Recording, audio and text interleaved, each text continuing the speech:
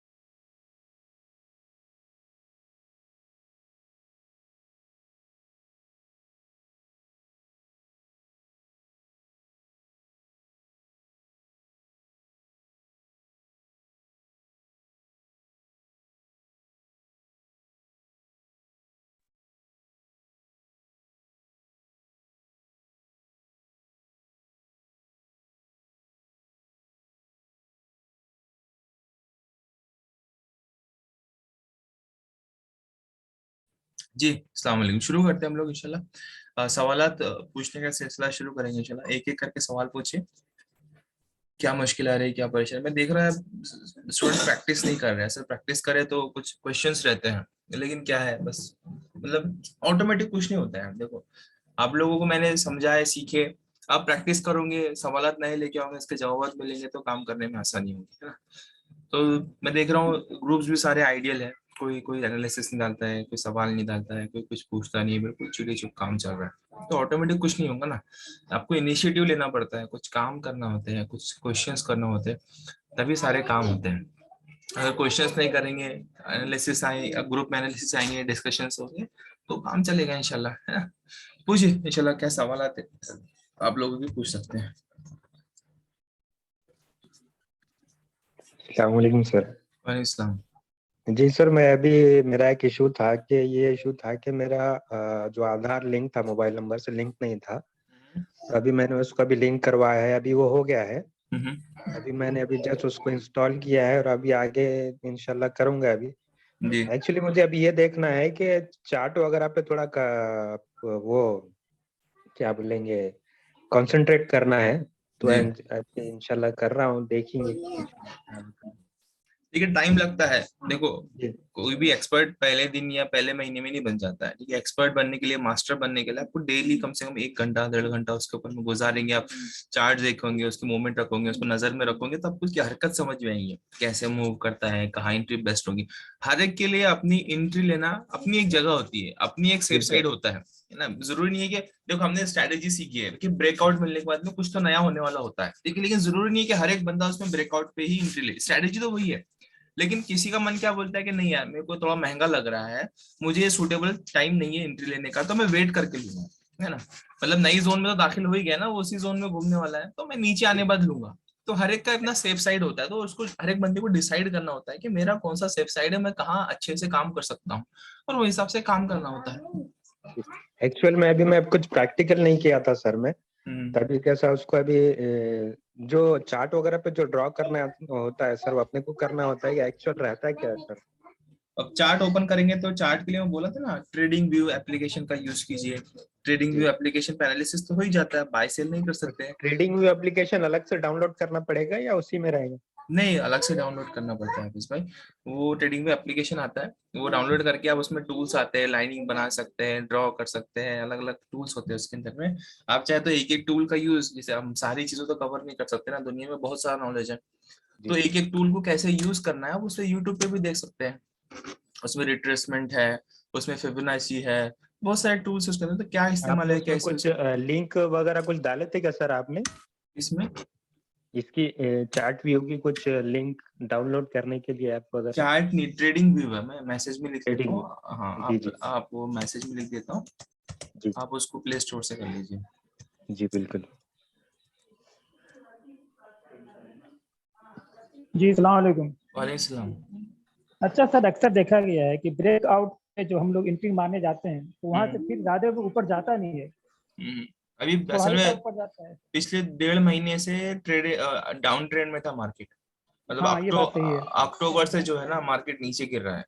जी तो जी जी। जब भी मार्केट नीचे गिर रहा होता है ना, तो कोई स्ट्रेटेजी काम नहीं करती, आपको थोड़ा ज्यादा एक्स्ट्रा, मतलब जहाँ आप 10% माइंड यूज कर रहे हैं ना, वहाँ 20% 50% माइंड यूज करना पड़ता है। जी जी। तो क्या तो है, ऐसा कभी कभी ये हाँ अभी कैसा मार्केट स्ट्रांग है, अभी इंशाल्लाह जो भी ब्रेकआउट जाएंगे अच्छे जाएंगे, कम से कम आपको थोड़ा परसेंटेज देख के तो भी वापस आएंगे। तो उसका मैंने वही बोला ना कि हर एक का सूटेबल एक टाइम होता है। कोई ब्रेकआउट पे हम्म खरीदे, स्ट्रेटेजी तो वही बोलती है ब्रेकआउट पे खरीदो। लेकिन हम्म। जब आपको लग रहा है कि नहीं, फेल ब्रेकआउट ज्यादा हो रहे हैं, तो आप क्या कर सकते हो, उसको ब्रेकआउट के बाद नजर में रख के, जब नीचे आके वापस ऊपर जाए रीटेस्ट करके, है ना, मतलब वापस से जो रेजिस्टेंस को ब्रेकआउट दिया था उस पर सपोर्ट लेके जब ऊपर जाए, तब उसको जी। खरीदिए। वो भी अच्छा टाइमिंग होता है खरीदने की। मतलब हर एक की एक मेंटेलिटी होती है। अच्छा, इस कंडीशन में हम लोग फॉल्स ब्रेकआउट भी बच सकते हैं, ऊपर गया फिर नीचे आके ऊपर जाए, ये ज्यादा लेकिन अच्छा है। उसमें एक और एक क्या प्रॉब्लम है मालूम है क्या? कुछ कुछ स्टॉक क्या करते हैं, एक बार ब्रेकआउट दिया, वो जोन पे वापस आते ही नहीं है। हम्म। जैसे टाटा मोटर्स का आप एग्जांपल ले लो, वो जब ब्रेकआउट लेके निकला था, देखना आपने जाके घर पर, जब जी ब्रेकआउट जी। लेके निकला तो वापस उधर आया ही नहीं, नजर फेर के देखा ही नहीं दोबारा से उसने उसकी तरफ। बहुत ऊपर चला गया था कंटिन्यू। हाँ, तो वैसा भी होता है, तो फिर इंसान पछताता है। देखो, मार्केट के अंदर पछतावा तो है ही। मतलब आप सोचोगे कि मैं यार, मैंने क्यों इतनी जल्दी एग्जिट ले लिया, प्रॉफिट मेरे को और मिलता था, ठीक है। फिर दूसरा जी पछतावा होता है, यार 2% मिल रहा था, उतना लेके निकल जाता, अब लॉस में बैठा हुआ हूँ। तो पछतावा जी तो मार्केट में है ही। आप सेल करोगे तो भी पछतावा है, आप होल्ड करोगे तो भी पछतावा है। तो जी जी। उसकी फिक्र नहीं करना, फिक्र क्या करना, मेरे को मेरा प्रॉफिट मिल जाना। खरीदने के लिए बहुत जमाना पड़ा हुआ है, बहुत स्टॉक पड़े हुए, दूसरा खरीदेंगे जब मौका मिलेगा। तो प्रॉफिट बुकिंग ज्यादा जरूरी होती है। जी जी, थोड़ा भी प्रॉफिट हो गया उस पर सबर करने का, फिर अगला ट्रेडिंग देखने का। हाँ, वो डिपेंड करता है आप क्या करना चाह रहे हो, कितने टाइम के लिए चाह रहे हो, आपके लिए कितना अच्छा है। जैसे किसी का 5,000 कैपिटल है, 50,000 कैपिटल है। अब 50,000 रुपये अगर उसको, अगर 1% भी मिल गया या 2% भी मिल गया, तो उसे कितना बन जाता है, 1,000 रुपया बन गया। जी अब उसने कल खरीदा था, आज उसका 1,000 रुपया बन रहा है। तो उसको तो ठीक है ना भाई, मेरा बस हो गया, मेरा पेट भर गया, मैं निकल रहा हूँ। अब हो सकता है उसके सेल करने के बाद में स्टॉक और 10% ऊपर जाए। जी जी। तो ऐसी चीज होती है, वो आपको एक अपना, हर एक का दिमाग अलग होता है, तो आपका माइंडसेट क्या है, आपका कैपिटल क्या है, तो वो हिसाब से काम करना होता है।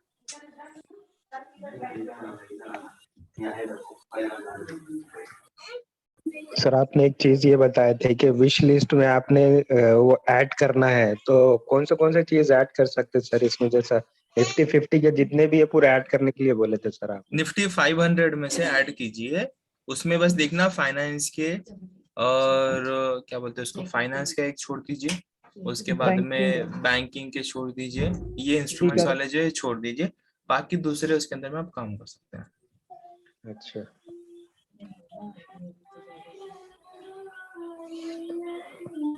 ये टाटा स्टील और जो जितने भी स्टील्स के हैं सर, ये इक्विटी में आते हैं या कमोडिटी वगैरह में आते हैं सर?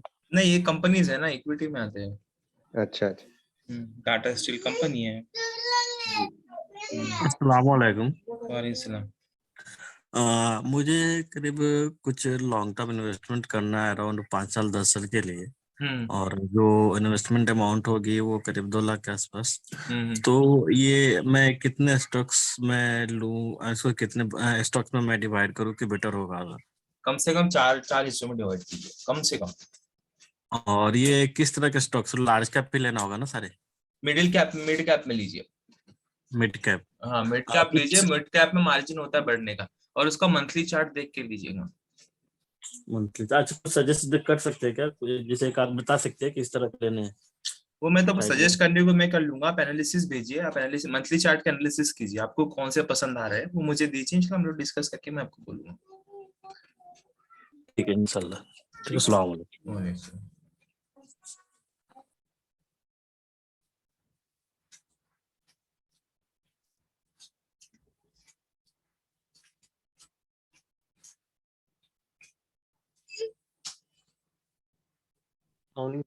वालेकुम सलाम। सर टी और पी का मतलब क्या है? क्या बोले? मैंने फेसबुक पर हाँ अपने पी और सी बोल रहे हैं ना, वो ऑप्शंस होता है, ऑप्शन होता है, कॉल्स एंड पुट होते हो। इंट्राडे के ऑप्शन रहते हैं क्या? ऑप्शंस का रहते हैं वो, कॉल एंड पुट रहता है, पी से पी कॉल पुट रहता है, और सी कॉल रहता है। तो ये सिर्फ इंट्राडे में काम करते नहीं इंट्राडे नहीं, ये ऑप्शंस ट्रेडिंग एक अलग से एक पूरा चैप्टर है, और जायज भी नहीं है वैसे देखा जाए तो एक ऑप्शंस ट्रेडिंग का एक हिस्सा है।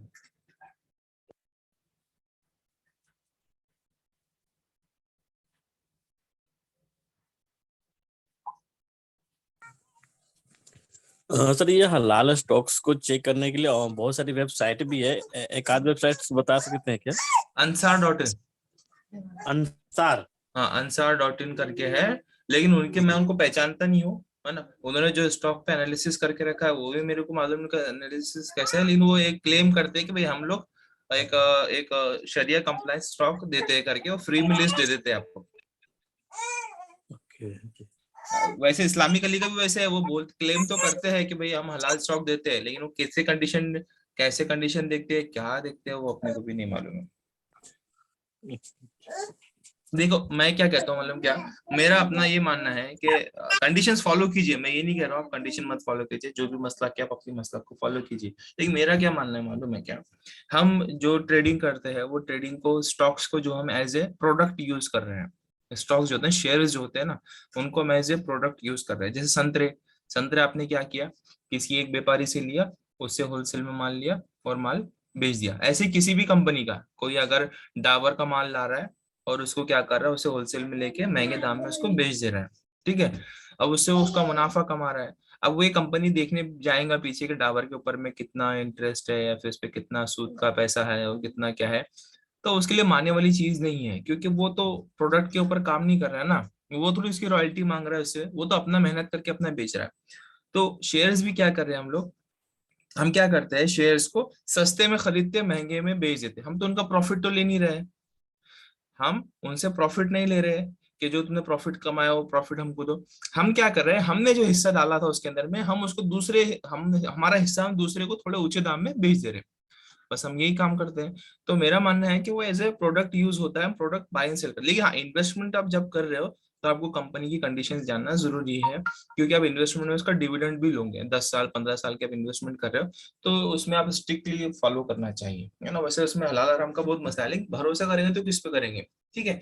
अब वो इस्लामिक अली लोग बोलते हैं ऐप अच्छा है, इस्लामिक अली का ऐप का मुझे नहीं पता कौन है, कैसी कंडीशन चेक करते हैं, वो ansar.in है, वो तो फ्री में लिस्ट दे देते हैं, लेकिन उनका भी मुझे नहीं पता है कि वो कैसे करते हैं, तो ठीक है।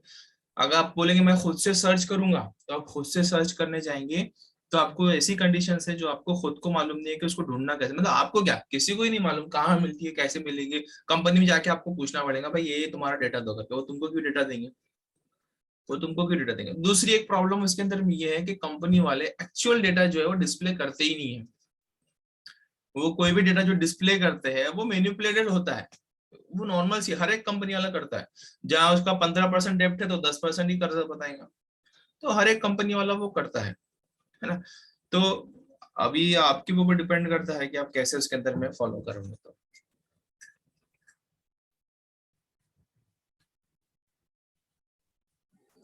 सर ये T1 होल्डिंग क्या होता है?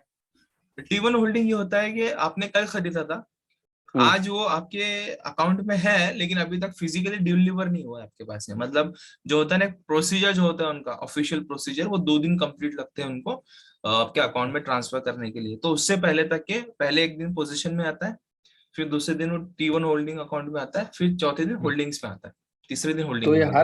ये पर्टिकुलर स्टॉक्स पे होता है, या मतलब मैंने तो सब स्टॉक्स पे देखा नहीं, किसी एक स्टॉक पे ऐसा देखा कि उस पे T1 होल्डिंग लगा था। नहीं नहीं, हर स्टॉक में होता है, अच्छा अच्छा। हर स्टॉक में होता है, आपकी नजर नहीं गई होगी लेकिन हर स्टॉक में होता है। अच्छा सर, ये जो जब सेल करते हैं तो वो CDSL वो करना जरूरी है क्या हमेशा हर टाइम? असल में उसका प्रोसीजर है, आपको क्या करना पड़ता है, पावर ऑफ अटर्नी साइन करके उनको भेजना पड़ता है, क्या बोलते हैं उनको, कंपनी वालों को। आपने एक अच्छा। बार भेज दिया तो वो क्या करता है, फिर आपको जरूरत नहीं पड़ती उसकी बार बार करने की। लेकिन उसका प्रोसीजर क्या है, आपको कस्टमर केयर पे बात करके मालूम करना है, पावर ऑफ अटर्नी कैसे सबमिट करना है। जी। क्योंकि मैंने अब 2-3 बार सेल किया तो हमेशा वो CDSL नंबर नहीं, के हमेशा थ्रू। था, मैं खुद हमेशा देता हूँ, मैंने खुद अभी तक दिया नहीं उसको, मतलब कहाँ क्या करना है पावर ऑफ अटर्नी का, टाइम कितना है इसके पास में, फॉर्म भरो और भेजो। तो मैं खुद से 2 मिनट का टाइम है, मॉर्निंग में अपने मालूम है आज कुछ सेल करना है, मॉर्निंग में पहले ही काम करके रख दिया हूँ। अच्छा। एक बार कोड जनरेट करने का, जी जी। क्रिएट कोड बोल के एक बार जनरेट करके उसको अपने पास लिख लेने का, और सेम हाँ कोड आई हैव कोड करके कंटिन्यू करके उसी कोड को यूज करते रहने का। हाँ, तो जब OTP आएगा तो सिर्फ OTP डाल के फिर आ जाएगा। हाँ हाँ, एक बार कोड जनरेट कर लो, वो लिख के रख लो, फिर हर बार उसी कोड को यूज कीजिए। 2 मिनट का प्रोसेस है वो। ठीक है। अस्सलामुअलैकुम। वाले सर, इखलास भाई, मैंने पहले से भी आपसे शिकायत की थी कि जब मैं कुछ शेयर खरीदता हूँ तो वो पैसे कट जाते हैं, तो अगले दिन ऐसा होता है कि मेरे जो टूल में पैसे पड़े होते हैं उनमें से कुछ एक्स्ट्रा काटे जाते हैं। अच्छा मैंने बात भी की, अब स्टॉक का टोल फ्री नंबर तो मुझे मिल नहीं पाया, लेकिन अब स्टॉक में ही जाके मैंने चैट की है, उसके जरिए कुछ हल नहीं हो पा रहा है। तो क्या करना चाहिए? कस्टमर केयर से आपने बात की? नहीं, कस्टमर केयर नंबर निकला ही नहीं, मैंने नहीं, कई मरतबा नंबर नहीं है फोन उनका, नंबर नहीं है उनका। आप क्या कीजिए, गूगल क्रोम से अपस्टॉक पे जाइए, upstock.in बोल के है, upstock.com.in है, उस पे आपको हाँ हाँ नीचे चैट का बटन बना हुआ आएगा, वो चैट के बटन पे आप टच करेंगे तो चैट बॉक्स खुल जाएंगे, आपका क्वेरी लिखिए, वेट कीजिए, 5-10 मिनट लगता है उनको रिस्पॉन्डिंग मोड में आने के लिए। एक बार रिस्पॉन्ड करेंगे फिर इंशाल्लाह आप उनसे चैट कर सकते हैं, कोई प्रॉब्लम नहीं है।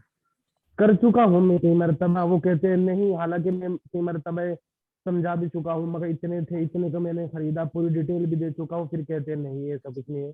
एक बार आप वो निकालिए ना, आपका वो निकालिए, क्या कहते हैं उसको, स्टेटमेंट निकालिए आपका। अब वो स्टेटमेंट निकालने की एक अलग से प्रोसीजर है, आप स्टॉक का जो है ना, स्टेटमेंट अगर आपको निकालना है तो उसके लिए आपको दूसरा एक वेबसाइट जो होता है, वो वेबसाइट पे जाके वहां से आपका डेटा निकालना होता है, डायरेक्ट यहाँ से आपका डेटा नहीं निकलता है, हिस्ट्री जो होती है ना तो आपकी स्टेटमेंट हिस्ट्री, वो किस तरह निकालना हुआ? तो वो दे देंगे इंशाल्लाह, आपको लिंक चैट पे दीजिए। मेरे पास असल में उसकी लिंक डायरेक्ट है शायद, एक बार मैं देखता हूँ, शायद मेरे पास डायरेक्ट है, मैं दे दूंगा अगर मेरे पास डायरेक्ट है तो। हालांकि मैंने ये भी सोचा मैं कभी तो खुद गलत हो, तो मैंने पहले भी स्क्रीन शॉट मारा, मगर देखता हूँ वैसे कुछ होता नहीं, नहीं है, कितने मेरे साथ तो आज तक नहीं हुआ भाई, सच बताऊं, क्यों गलत बोलना, लेकिन वो आपके साथ क्यों हो रहा है ऐसा पता नहीं, क्योंकि ऑटोमेटेड होता है ना, कोई बंदे का उसमें दखल तो होता नहीं है। ज्यादा नहीं, इस तरह 5-7 हजार रुपए, 10,000 रुपए में 30-40 रुपए एक्स्ट्रा, वो तो मैं फिर भी एक इशू तो है, उसको हल तो करना चाहिए। एक मिनट रुकिए, ये वो मार्केट बंद होने के बाद सर कुछ प्राइस एडजस्ट होता है ना, तो उसी में हो सकता है कुछ आगे पीछे होता होगा। हाँ एडजस्ट होता है नहीं, ना, मार्केट प्राइस एडजस्ट होता है। एडजस्ट तो होता है, आज होना चाहिए ना, वो कल को क्यों होगा? हमें 10 बजे बाय किया है तो शाम तक होना चाहिए, 3:30 बजे तक, ये कल क्यों हो गया हो? जिस दिन आप ट्रेडिंग करते हैं सामान या लेते या बेचते हैं ना, तो उस दिन शाम में जो है ना, रात में एडजस्टमेंट होने के बाद प्राइस फिर फाइनल होती है, थोड़ा बहुत आगे पीछे होता है, हम मेरे साथ तो होता है 2-3 रुपया 4 रुपया।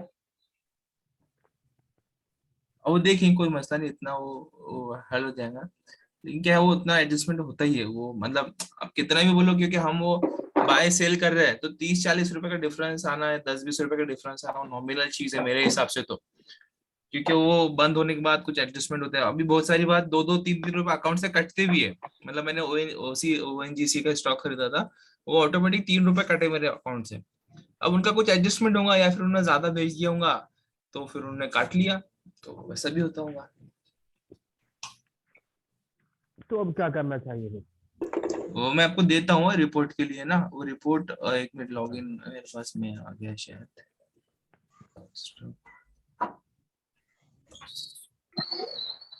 सर ये जब से शेयर मार्केट कर रहे हैं तो फेसबुक पे कभी कभी ऐड दिखते हैं, चार्ट पैटर्न बने हुए आते हैं, पेजेस आते हैं, तो बहुत सारे चार्ट की डिटेल्स आती है सर, वो सही रहती है?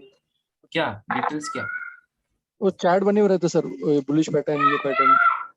ऐसा हाँ एक पैटर्न, हाँ एक पैटर्न का एक अलग से एक चैप्टर है, शायद आपका कवर नहीं हुआ है वो।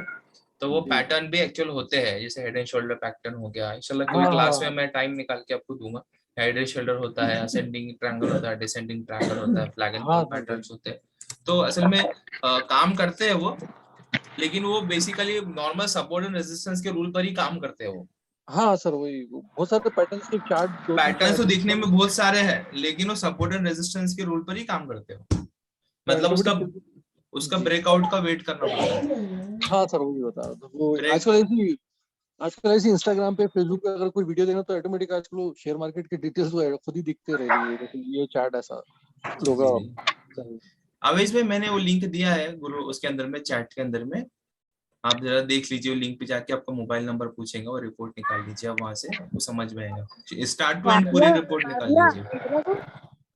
जो देखो जो क्वेश्चन ये पूछ रहे हैं ना, वो अपना माइक बंद करके रखिए, है ना, बाकी लोगों को डिस्टर्ब। यूएसडी हलाल हराम ये क्या दस भाई कैसा है मालूम क्या इसके अंदर में कि ये फॉरेक्स है ना। अब फॉरेक्स के अंदर में करेंसी ट्रेडिंग तो कम पैसा लेके वो ज्यादा पैसा जो होता है आपको वो देते हैं, ठीक है। तो कम पैसे के बदले में ज्यादा पैसा लेना है, तो बेसिक रूल जो है तो नाजायज के अंदर में आता है। लेकिन लास्ट टाइम क्या हुआ, मैंने ऐसे ही को नाजायज बोला, वो बोलता नहीं, मैंने हमारे मौलाना से पूछा है, उन्होंने बोला कि नहीं वो फॉरेक्स का इन्वॉल्वमेंट होता है तो वो जायज होता है। तो मैं ठीक है भाई, मुझे कोई प्रॉब्लम नहीं, आपके पास जायज है तो आप कर सकते हैं। किसी को मिस्टेकली नहीं पूछना, जायज नाजायज ही चाहे उस पर आर्गूमेंट करना, बहस निकालना, हवाले निकालना, ये मेरा काम नहीं है। और कोई बोलता है भाई जायज है, ठीक है भाई करिए, कोई मसला नहीं, मेरे कोई प्रॉब्लम नहीं है। वैसे हर मसले के अंदर में है, ठीक है।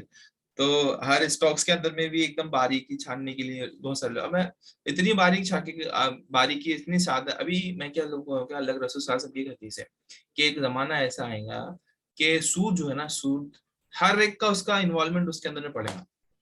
मैं मफहूम बता रहा हूँ कि हर एक कम से कम, हर एक को कम से कम छू के निकलेगा। तो आज का जमाना ऑलमोस्ट वही है कि इंटरेस्ट और सूद हमको हर जगह से कहीं ना कहीं से टच करके निकलता है ना। जैसे आईटी फील्ड में काम करने वाले हैं, आईटी फील्ड में काम करने वाले, अब क्वेश्चन उठता है कि यार वो आईटी फील्ड में काम करते हैं, वो बैंक की एप्लीकेशन बनती है, बैंक के मेंटेनेंस करते हैं, जायज है कि ना जायज है, अब क्या करना। तो वैसा हर हर स्टॉक, हर एक का बैंक अकाउंट है। अब बैंक का तो प्योर जो है उसका सूद का कारोबार है, और हमारा अकाउंट उसके पास में बना हुआ है। सबसे बड़ी बात यही है कि उसके पास हमारे पास अकाउंट बना हुआ क्यों है, क्योंकि तो सूद का कारोबार कर रहे हैं ना, हमको असिस्ट कर रहे हैं, मदद कर रहे हैं कस्टमर, अपन उनके ग्राहक ही बने ना, कस्टमर करके उनका हेल्प कर रहे हैं अपन अकाउंट बनाने के लिए और उनको काम चलाने के लिए, अपना पैसा उनके पास रखे। वो आपका पैसा सिर्फ रखा हुआ थोड़ी है, 2 लाख 5 लाख रुपए है, तो उसको यूज कर रहे हैं ना सूद देने के लिए, सूद लेने के लिए। तो मतलब हर एक जगह से कहीं ना कहीं से टच करके निकलता है अपने आप को ये मामला।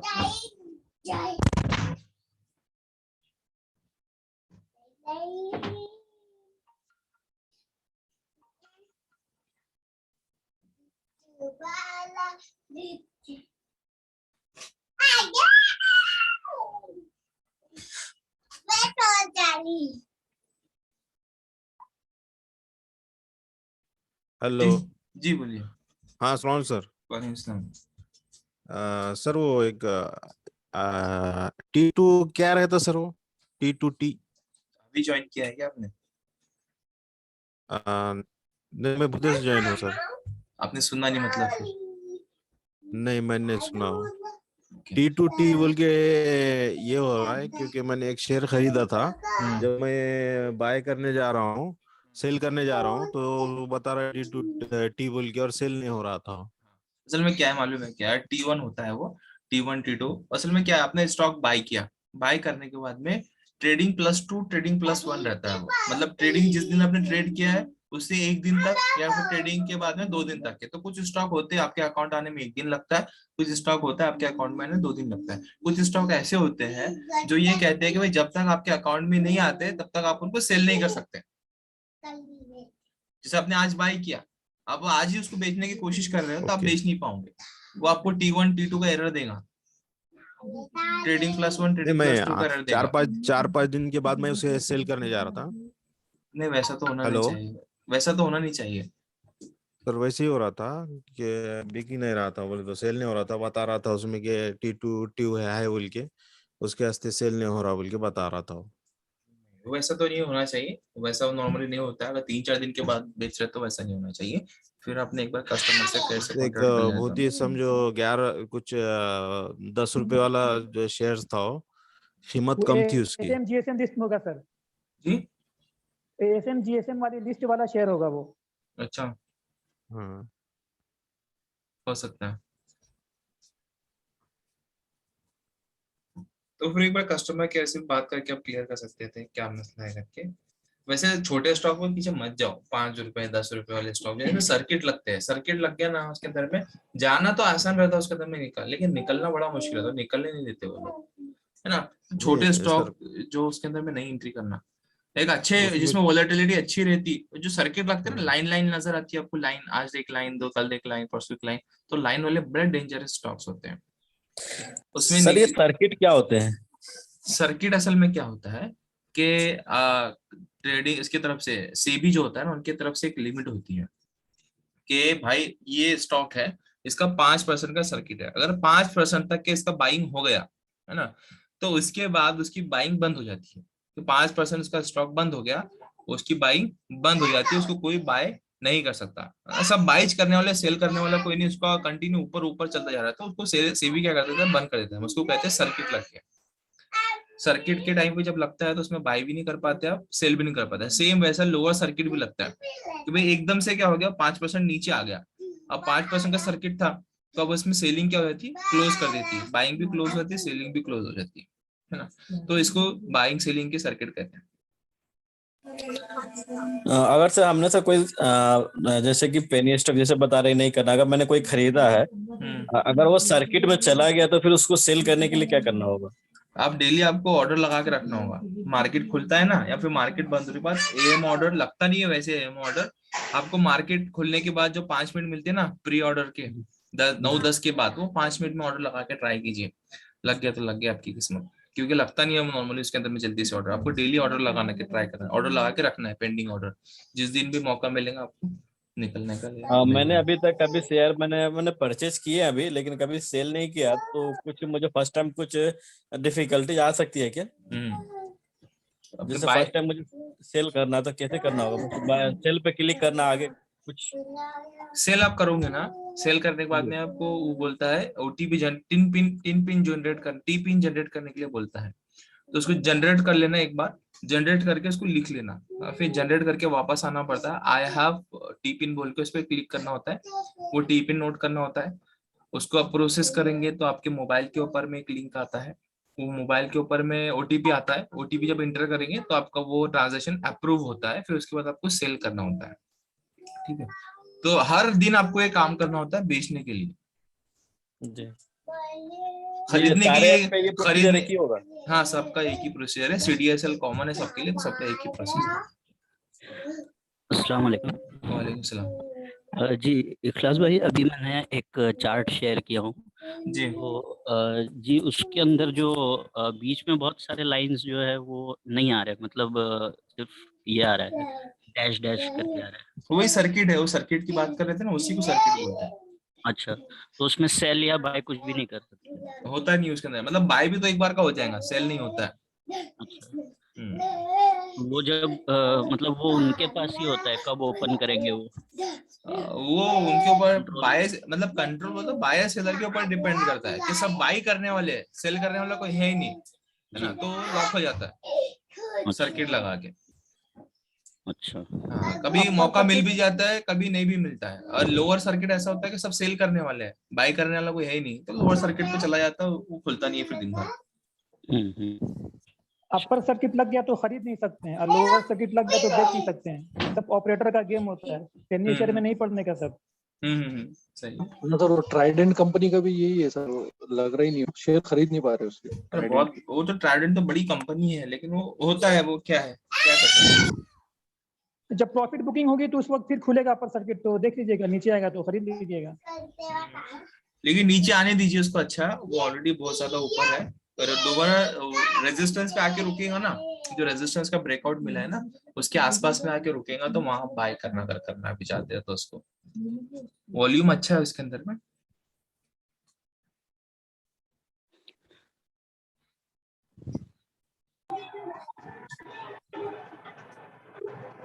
आवेज आवेज में आपने ट्रेडिंग व्यू इंस्टॉल किया है ना? आपने ट्रेडिंग व्यू इंस्टॉल किया है ना, तो उसके अंदर में एक बार देख लीजिए पहले video, how to use TradingView बोल के यूट्यूब पर, वो मोबाइल ऐप, तो आपको पूरा एक प्रोसीजर दे देगा। उसके बाद में निफ्टी 500 के स्टॉक की लिस्ट डाउनलोड कीजिए, उसमें से स्टॉक ऐड करते चलिए वॉच लिस्ट के अंदर। तो नीचे वॉच लिस्ट का एक ऑप्शन आएगा आपको लिखा हुआ, वॉच लिस्ट के ऑप्शन में जाके प्लस का बटन आएगा और प्लस पे टच कीजिए, एक एक स्टॉक का नाम डालते जाने का, ऐड करते जाने का, उसमें डेली चार्ट को ऑब्जर्वेशन में रखने का, कौन से इसके अंदर में क्या हो रहा है।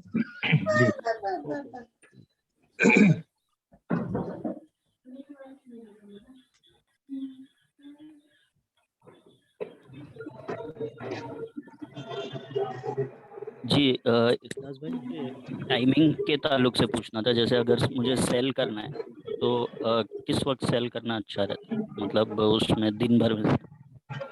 नहीं, आपके प्रॉफिट के ऊपर डिपेंड कर रहा है ना, आपको प्रॉफिट जो चाहिए था वो मिल रहा है तो आप बेच दीजिए आप।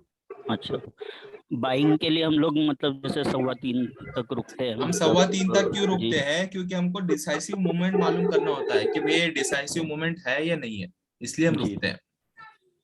जी।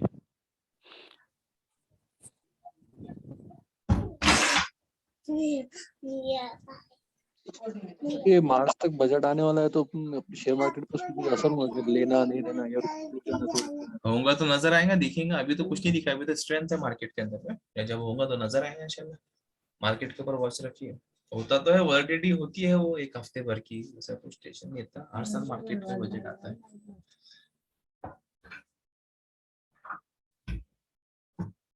इतना पैनिक क्यों है? वो क्या होगा, एक 2-5% का नुकसान होगा, इससे तो कुछ नहीं होता। हाँ, बस स्टॉप लॉस है ना, स्टॉप लॉस क्यों यूज करते हैं हम लोग, तो काम करते रहने का। अस्सलाम वालेकुम सर। वालेकुम सलाम। सर आपने 2 स्ट्रेटेजी बताए थे, एक रेजिस्टेंस वाली, स्टॉप लॉस वाली तो है, और एक कैंडल वाली। तो मैं कैंडल वाली फॉलो कर रही हूँ, तो माशाल्लाह से अभी तक के काफी अच्छा मुनाफा भी मिला मुझे, और मैं ट्रेडिंग का कर रही हूँ, लेकिन मेरे को लॉन्ग इन्वेस्टमेंट भी करना है। तो उसके लिए क्या चीजें जैसा नजर में रखना? अच्छा, मैं ये इन्वेस्टमेंट। सोच रही हूँ कि प्रॉफिट जो आ रहा है तो उसको ना के वो करते हुए उसको लॉन्ग इन्वेस्टमेंट में, रोलिंग में रखना, मतलब जो भी प्रॉफिट आ रहा है उसके लॉन्ग इन्वेस्टमेंट में लेके रखना 5-6 साल के लिए। तो उसके लिए क्या मतलब जैसा देखना पड़ेगा, क्या किस चीज को नोटिस करना पड़ेगा? जी इंशाल्लाह, उसके मैं बताता हूँ आपको। उसके लिए सबसे पहले आपको जो चार्ट का वो है ना, वो चेंज करना होगा। जैसे हम लोग डेली चार्ट देखते हैं ना, लॉन्ग टर्म इन्वेस्टमेंट के लिए 2-4 साल के लिए आपको मंथली चार्ट देखना होगा, ठीक है? अच्छा। मंथली चार्ट के अंदर में ब्रेकआउट जो मिलता है ना, एक ऊपर नीचे चलता है स्टॉक, एक समझिए मंथली चार्ट आप देखेंगे, उसमें 50% का डाउन हुआ होता है। वो 50% का डाउन के बाद में उसका ब्रेकआउट मिलता है, वॉल्यूम के साथ में। वॉल्यूम अच्छे होना चाहिए उसके अंदर में। अच्छा अच्छा। हाँ, तो वो ब्रेकआउट होते से आप खरीद सकते हैं, क्योंकि मंथली चार्ट में क्या होता है, जल्दी स्टॉक नीचे नहीं आता है। हाँ हाँ हाँ। तो या तो आप ब्रेकआउट होते से खरीद सकते हैं, या तो फिर आप उसको बढ़ने दीजिए, फिर वेट कीजिए, दोबारा नीचे रेजिस्टेंस पे आके सपोर्ट लेंगे, उस वक्त खरीदिए, जैसा भी आपको सूट करे। सर क्योंकि निफ्टी के जो है तो ऑलरेडी, मतलब निफ्टी का जैसे मैंने अभी मतलब ऑब्जर्व की, क्या अभी देखिए आप, विप्रो जो है, विप्रो भी 700 के ऊपर गया था, लेकिन फिर उसके बाद अभी और नीचे आ गया, 630 तक के आ गया अभी। मंथली चार्ट देखिए, मंथली चार्ट में क्लियर हो जाएगा आपको, है ना? मैं बोला वो बस याद रखिए, पहली चीज 50% नीचे गिरना चाहिए स्टॉक ने, और गिरने के बाद में ब्रेकआउट देना चाहिए। गिरने के बाद में ब्रेकआउट मिलना चाहिए, तो ब्रेकआउट हाँ, कितना मिलना चाहिए? ब्रेकआउट वो नहीं, परसेंट का कोई सीन नहीं है उसके अंदर में। आप रेजिस्टेंस की लाइन डालिए उसके ऊपर में, वॉल्यूम अच्छे होना चाहिए बस, मतलब पिछले चंद महीनों के वॉल्यूम के बार अच्छे बड़े बड़े होना चाहिए, यूजुअल वॉल्यूम के मुकाबले में। अच्छा अच्छा। आप या तो फिर आप ब्रेकआउट पे बाय कर लीजिए, या तो फिर उसको आप नीचे आने दीजिए, वो वेट कीजिए, जब नीचे आएगा जब खरीदेंगे, या फिर आप ब्रेकआउट पे खरीदना चाहते हैं ब्रेकआउट पे खरीदिए। लेकिन ब्रेकआउट आपको क्या सूट करता है वो आप पे डिपेंड करता है। और सर जो कैंडल बार वाली जो आप बताए थे, कैंडल वाली स्ट्रेटजी और एक रेजिस्टेंस वाली, तो मेरे को रेजिस्टेंस वाली थोड़ी प्रॉब्लम जा रही, तो मैं कैंडल वाली यूज कर रही हूँ। तो मतलब दोनों का सेम ही है ना? दोनों का भी सेम ही है ना? कोई मतलब भी एक लगभग यूज सेम कीजिए, ही है। कोई भी एक यूज, कोई भी एक को मास्टरी आप कर लिए कि एक में आपका हाथ अच्छा हो गया, फ्लो अच्छा हो गया, बस उतना काफी है। जरूरी नहीं है कि सारी चीज करनी है, कोई एक में मास्टरी कीजिए। अच्छा अच्छा, ठीक है सर, जज़ाकल्लाह।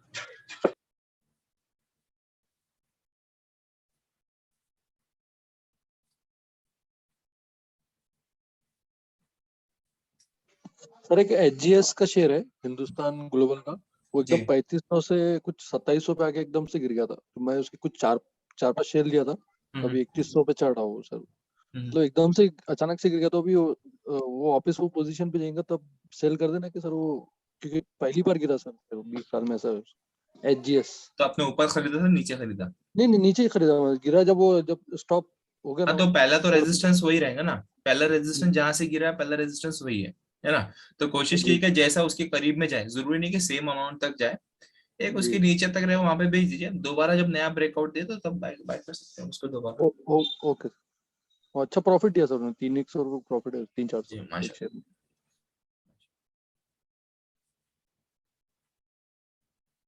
तो हम जो क्लासेस में सीखते हैं ना, वो बेसिक रूल्स होते हैं कि भाई ये रूल है ना, ये रूल्स आपको आपकी साइकोलॉजी के हिसाब से क्या सूट करता है, क्या बेटर होता है, उन्हीं रूल्स को मॉडिफाई करके थोड़ा बनाना होता है। लेकिन एक बार आपने जो रूल्स बना लिए कि भाई मैं इन रूल्स को फॉलो करूंगा, तो उन रूल्स को फॉलो करना चाहिए, एक चेकलिस्ट बनाना चाहिए कि भाई मैं ये देखूंगा, ये देखूंगा, ये देखूंगा, ये देखूंगा, उसके बाद में बाय करूंगा, ठीक है। तो तभी आप क्या किया कीजिए, बाय किया गया। हर बार रूल्स नहीं चेंज करना, हर बार परेशान नहीं होना, है ना। जरूरी नहीं, आप अपने रूल्स भी बना सकते हैं, है ना। हमने जो सीखा उसके हिसाब से आप अपने रूल्स भी बना सकते हैं, लेकिन उन रूल्स को फॉलो कीजिए। प्रॉफिट देख के जाना नहीं, और क्या भाग रहा है, मैं खरीद लेता हूँ, मेरे को प्रॉफिट हो जाएगा, अरे लॉस हो रहा है, बेच दो, ऐसा भी नहीं करना है, ठीक है। पेशेंट, है ना। लॉन्ग टर्म के अंदर में हर स्टॉक जो है ऊपर जाता है, इतनी बात आप याद रखिए, है ना। आप उसको लॉन्ग टर्म के अंदर में हर स्टॉक का डायरेक्शन ऊपर, जैसे प्रॉपर्टी, सोना, हर लॉन्ग टर्म के अंदर में उसका भाव आपको बढ़ा हुआ ही मिलेगा, सेम हर स्टॉक के साथ में होता है ना। मंथली चार्ट आप ओपन करके देखिए, है ना, मंथली या वीकली, है ना। उसके अंदर में अक्सर चार्ट के आपको जो देखेंगे वो अप ट्रेंड के अंदर में ही दिखेंगे अक्सर चार्ट, जो पुराने पुराने स्टॉक्स है उनके। हेलो जी। सर, अलकार्गो है कंपनी, इसके मैंने कुछ शेयर खरीदे थे कुछ दिन पहले, तो उसमें प्रॉफिट बुक किया है मैंने। अब वो आसपास में यानी ब्रेकआउट के आसपास में गुजर रहा है, कभी ऊपर कभी नीचे, कभी ऊपर कभी नीचे, तो अभी वेट करना चाहिए लॉन्ग टर्म के लिए, या मैंने आपको स्क्रीनशॉट भी भेजा था उसका। देखो, जब ब्रेक रेजिस्टेंस के पास में अगर कोई कंसोलिडेशन होता है ना, तो अच्छी निशानी होती है। रेजिस्टेंस के बाद में आसपास में घूमना अच्छी निशानी होती है, वहां से ब्रेकआउट का चांसेस ज्यादा होते हैं कि ऊपर निकलेगा करके। अगर नीचे की साइड में, अगर सपोर्ट के ऊपर में ऊपर नीचे करता है, वो हल्का सा एक ही जगह बार बना रहा है वो, ऊपर नीचे, तो वो खतरे की निशानी होती है कि वहां से तोड़ के नीचे गिरेगा। अगर सपोर्ट के ऊपर में घूम रहा है तो वो ऊपर जा सकता है। अच्छा, और जो नीचे है वो नीचे आएगा। अब वो अब आप पे डिपेंड करता है कि नहीं मेरे पास प्रॉफिट मिल रहा है ना, मैं प्रॉफिट रख लेता हूँ, बाद में बाय कर लूंगा दोबारा से। या फिर आप प्रॉफिट तो बोलोगे, बुक कर लिया था उसमें। हाँ, हाँ। आप बोलोगे नहीं, मेरे को अब मैं वेट करूंगा, मेरे को कोई मसला नहीं, प्रॉफिट चला भी गया है तो मेरे को कोई मसला नहीं है। तो वही बोल रहा हूँ मैं कि हमेशा आपके माइंड के ऊपर डिपेंड करता है, आपको अपने खुद के रूल्स बनाने होंगे। बिल्कुल।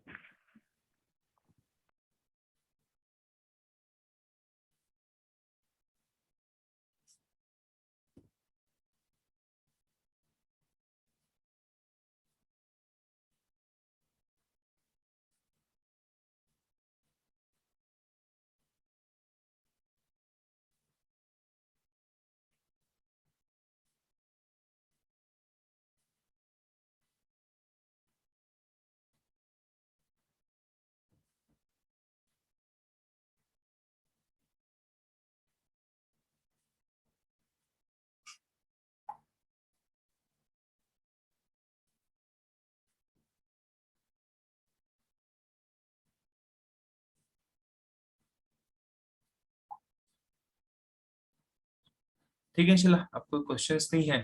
सर एक सवाल। जी। वो मैं ये सोच रहा था कि टेक्निकल तो कुछ किसी हद तक समझ में आ गया है, मैं सोच रहा था कुछ फंडामेंटल यानी हो जाए, कुछ एक एडवाइस है आपसे। फंडामेंटल्स तो अच्छी बात है, नॉलेज तो कभी वेस्ट नहीं जाता है, फंडामेंटल्स होना अच्छी बात है।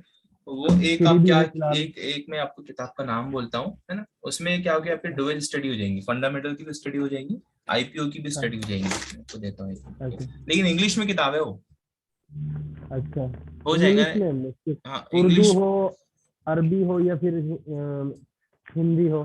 नहीं आवेश भाई, कैसा मसला मालूम है क्या, जितना नॉलेज है ना सब इंग्लिश के अंदर में है। मसला क्या है, हमारे जो वो है, मतलब जितने भी अच्छे अरबी उर्दू जानने वाले लोग हैं, वो इससे परहेज करते हैं, तो इसको किसी ने उर्दू में ट्रांसलेट ही नहीं किया। तो वो मसला है। इंग्लिश में ये सब, हिंदी में भी आपको किताबें नहीं मिलेंगी इसके ताल्लुक से, आपको इंग्लिश में ही अक्सर किताबें मिलेंगी इसकी। तो जो लोग लिखना चाहते हैं वो लिख लीजिए, IPO high profit IPO strategies. मैं आपको नाम लिख रहा हूँ, इसमें फंडामेंटल भी समझ में आएगा आपके, और मैं एक नाम लिख लेता हूँ। सर आप एक बार ग्रुप में भी डाल दीजिए ना। हाँ मैं ग्रुप में भी डाल दूंगा, यहाँ पे लिख रहा हूँ मैं, सबको मिल जाएगा इंशाल्लाह। क्लास में कोई क्लास हो जो ज्वाइन कर ले, इससे थोड़ा हल हो जाए। हाँ तो फिर आप YouTube पे सर्च कीजिए ना फंडामेंटल्स के ताल्लुक से। मैं फॉलो नहीं करता हूँ, और उसके अंदर मैं ज्यादा डीप स्टडी, फ्रैंक बोलूं आपको, ज्यादा डीप स्टडी फंडामेंटल्स की मैंने भी नहीं किया है, क्योंकि अगर उसमें एनर्जी वेस्ट है ना, तो थोड़ा ठीक है उतना हल्का फुल्का, लेकिन अगर उसके अंदर में यही है बस। हाँ तो आप उस पे देखिए इंशाल्लाह। आपको मेरे को उसकी पीपीटी तैयार करना हो सारा है, मेरे पास थोड़ी ऑलरेडी टाइम थोड़ा कम होता है, कंजेस्टेड होता है, तो आप एक काम कीजिए, यूट्यूब के ऊपर फंडामेंटल के बहुत सारे वीडियोस आपको मिल जाएंगे, है ना। लेकिन प्रॉब्लम क्या है मालूम है क्या, इससे आपका प्रॉब्लम हल नहीं होगा, इससे कंफ्यूजन आपके बढ़ेंगे। होता क्या है, इंसान ये यार फंडामेंटल तो बड़े अच्छे हैं, क्या अच्छी बात, आज नहीं तो कल कंपनी बढ़ेगी, लेकिन क्या होता है टेक्निकली इंटरनली उसके अंदर में कुछ ऐसे चेंजेस हो रहे होते हैं जो फंडामेंटल्स में नहीं समझ में आते, तो हम क्या करते हैं, फिर हमारे चार्ट के साथ में मिला के उसको कंफ्यूज करते हैं, फिर समझ में आता करना क्या है, निकलना है या रुकना है, समझ रहे हो। तो इसलिए मैं बेटर, तो मेरा तो सलाह यही है कि आप सिर्फ टेक्निकल पे फोकस कीजिए, इंशाल्लाह उसमें अच्छा प्रॉफिट मिलेगा। लेकिन नहीं मेरे को सीखना ही है, तो फिर आप सीख सकते हो प्रॉब्लम चार्जिंग में।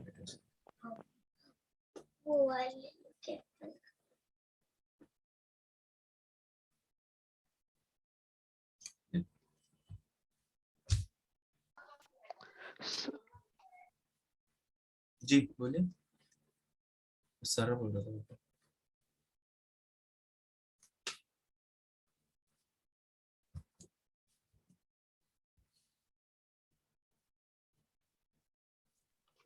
सर कोई शेयर है क्या जो आप सजेस्ट कर सकते हैं अभी? एक मिनट, शेयर सजेशंस, अरे यार मैं इससे बहुत बचता, हालांकि है मेरे पास, मैं कर सकता हूँ, ऐसा कोई मसला नहीं है। मैं चाहता हूँ कि आपके एनालिसिस आए, आप पहले प्रैक्टिस कीजिए। वैसे मेरा ग्रुप ही बना के रखा हुआ है जिसके अंदर मैं पूरे सजेशंस ही डालता हूँ, लेकिन मैं क्या चाहता हूँ, अभी नवंबर में आप लोग ज्वाइन हुए हैं, ठीक है, दिसंबर में ज्वाइन हुए हैं, तो आप खुद से कुछ करें। अब मैं सजेशंस देते रहूंगा तो कोई बात नहीं, आपको बाय करेंगे 2-3% 5% को प्रॉफिट भी हो जाएगा, लेकिन कब तक आप मेरे ऊपर डिपेंडेंट रहेंगे। मेरा मकसद ये है कि आपने खुद डिपेंडेंट होकर काम करना, तो उसके लिए कुछ पहले प्रैक्टिस कीजिए, कुछ मेहनत कीजिए। इंशाल्लाह मैं एक प्लान कर रहा हूँ कि आपको वीकली सजेशंस भी देना, जिसमें 2-3 महीने के लिए आपको प्रॉफिट की जगह बताना, दूसरा आपको डेली सजेशन भी इंशाल्लाह कुछ ना कुछ देना। लेकिन अभी मैं प्लान कर रहा हूँ इसके लिए इंशाल्लाह, लेकिन अभी आप खुद प्रैक्टिस कीजिए। ग्रुप ब्लॉग भी है सर, वो बंद है। कौन सा वाला, कौन सा वाला भाई? भाई नाम बताइए ग्रुप का, कौन सा बंद है ग्रुप?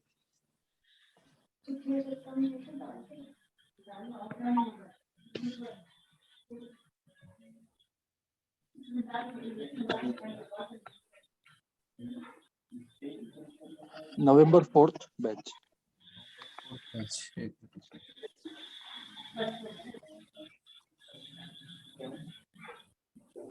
मैं ऊपर, मुझे मालूम नहीं, मैसेज कर देते आप जब से बोल रहा हूँ डिस्कस करो तो वही लॉक है करके वो नवंबर से बंद है। ठीक है, खोल दिया मैंने भाई उसको, मेरे को मालूम ही नहीं लॉक है करके, मैं कुछ लॉक रह जाता है, कुछ खुल जाता है।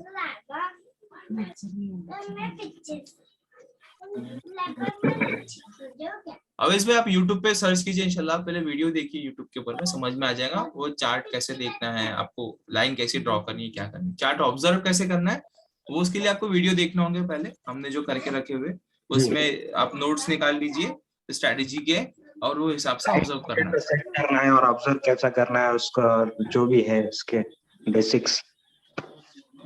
ऑब्जर्वेशन के लिए वही कह रहा हूँ मैं आपको, ऑब्जर्वेशन के लिए आपको जो हमारी क्लासेस हो चुकी है उसके नोट्स निकालने, स्ट्रेटेजी के, ब्रेकआउट स्ट्रेटेजी है, स्विंग ट्रेडिंग स्ट्रेटेजी जो हमारी S1 ट्रेडिंग सिस्टम है, उसके नोट्स निकाल के उसको ऑब्जर्व करना है। लाइन कैसे ड्रॉ करना है, वो कैसे सेट करना है, वो यूट्यूब पे आपको समझ में आ जाएगा।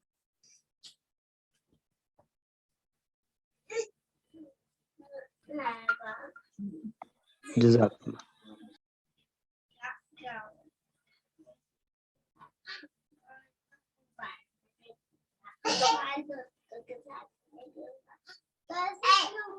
ठीक है, चलिए इंशाल्लाह हम लोग एंड करते हैं। जज़ाकल्लाह खैर। रिकॉर्डिंग इंशाल्लाह ग्रुप में शेयर करूंगा। अस्सलाम वालेकुम।